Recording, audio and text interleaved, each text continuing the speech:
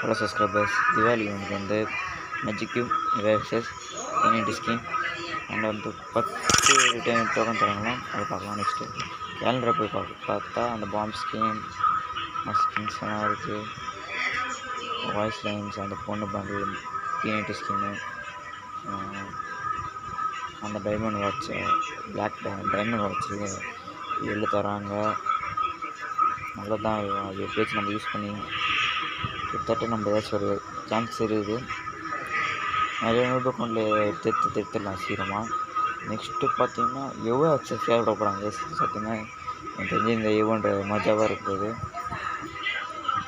MP40 தான் இருப்பார் நினைக்கிறேன். அடுத்தது திருமண மாதிரி மேஜிக் கியூப் இருக்குது. நெக்ஸ்ட்டு பார்க்கலாம். நெட் வராது.